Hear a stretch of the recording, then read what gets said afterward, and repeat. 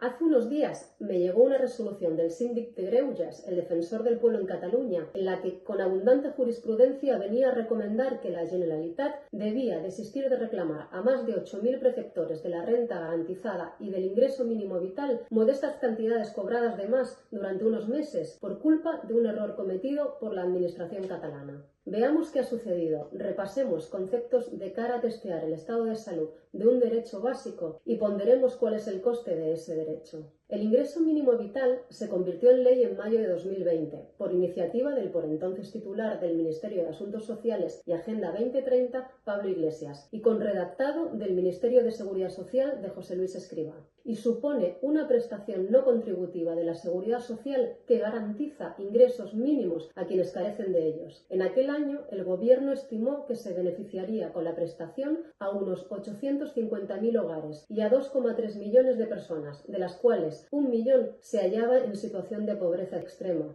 3 años antes, en julio de 2017, el Parlament de Cataluña aprueba la Ley de Renta Garantizada de Ciudadanía, que tiene por finalidad asegurar los mínimos de una vida digna a las personas en riesgo de exclusión. Tras el desarrollo reglamentario de la ley y de la posterior modificación de su ámbito de aplicación a fin de su armonización con el ingreso mínimo vital, la renta garantizada queda como complemento a la percepción del ingreso mínimo vital en Cataluña, en referencia al indicador de renta de suficiencia de Cataluña, el IRSSC. ¿Y qué ha pasado para que el Síndic de Greuges resolviera en defensa de no hacer pagar a algunos preceptores de la prestación un error cometido por la Generalitat? Pues que el pasado septiembre más de 8.000 beneficiarios de la prestación en Cataluña recibieron una carta de la Consejería de Asuntos Sociales y Deportes de la Generalitat reclamándoles la devolución del acumulado de meses pasados en concepto de cobros en exceso mal calculados por la propia Consejería.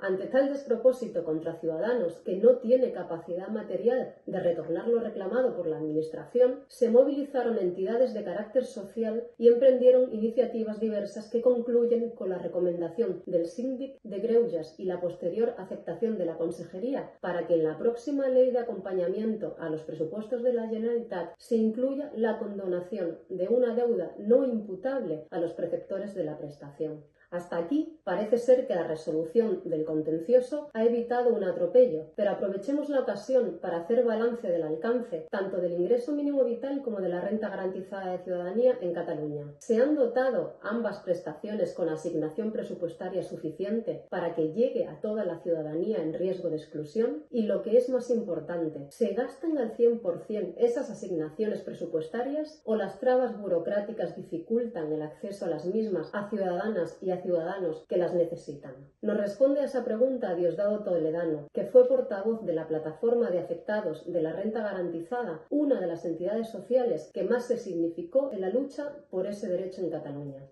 Sobre la pobreza hay un dato que es evidente, que es si la prueba severa era en el año 2022 era al 8%, en 2023 se cierra con un aumento hasta el 8,9%. Aumenta casi un punto.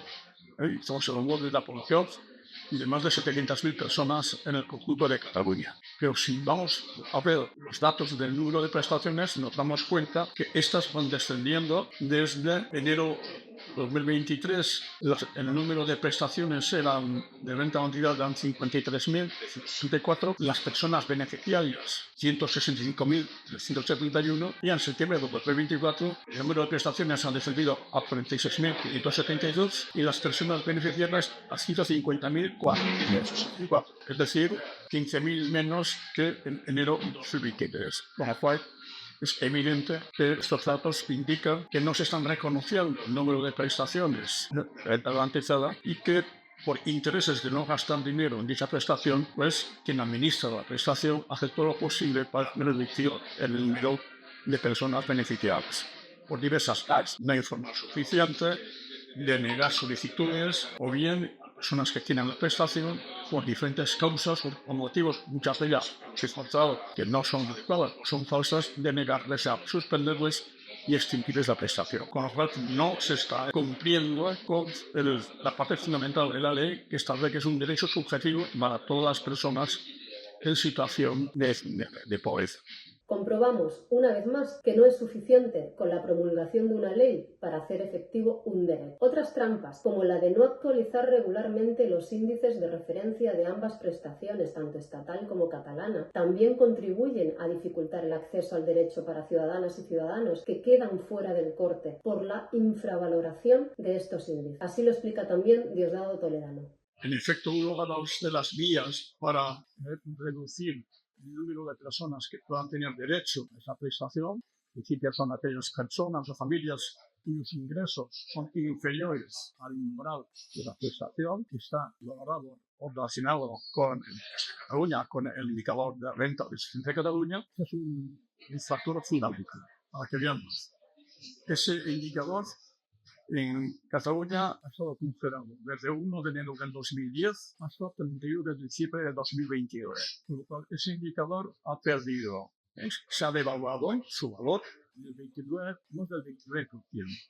Pero si cogemos un periodo menor, desde que empieza a implementarse la renta garantizada, que fue a mediados de septiembre de 2017 hasta 2022, lo que se devalúa es este indicador, es del orden del más del 14%.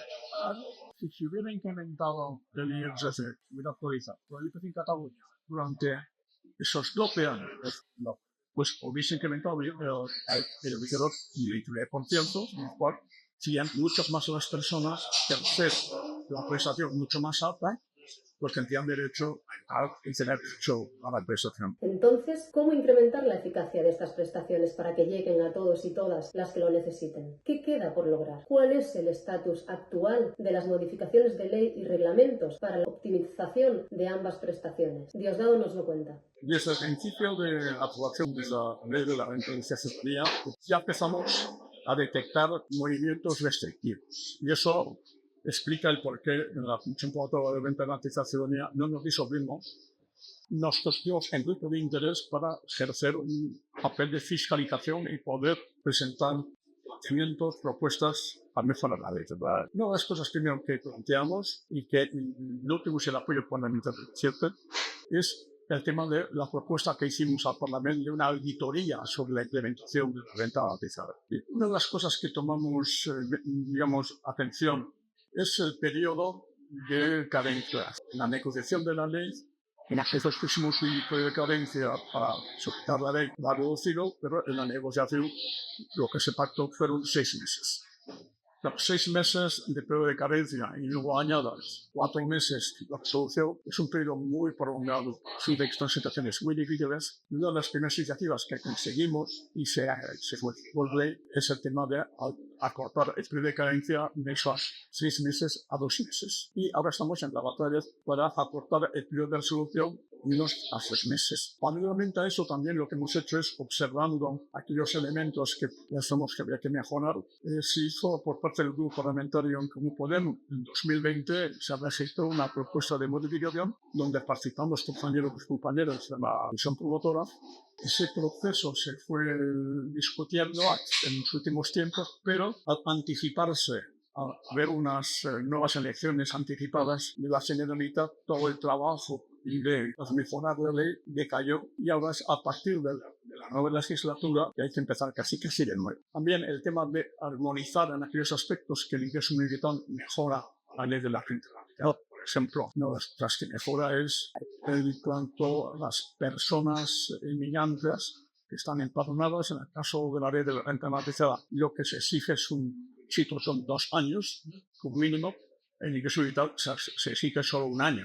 Y entre las últimas que también se han añadido, es importante, es recogiendo la experiencia del País Vasco, es que en el País Vasco se incluye también una prestación complementaria de vivienda. Esa cuestión, visto la vivienda como está afectando una parte muy importante del porcino en España, es gente joven, gente pobre, pues también se incluye un nuevo complemento para el tema de vivienda dentro de la propuesta que ya está registrada. Y por parte nuestra hemos añadido otras peticiones, van en el sentido de generar un cierto automatismo de prestaciones, de manera que facilite las cosas a la gente y que no haya que hacer 20.000 pasos burocráticos para tener derecho.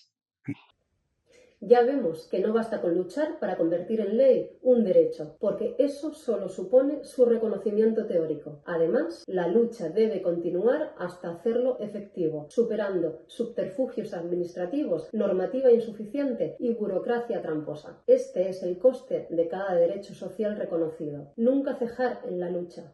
Nunca. Gracias por vuestra atención. Hasta pronto y felices días.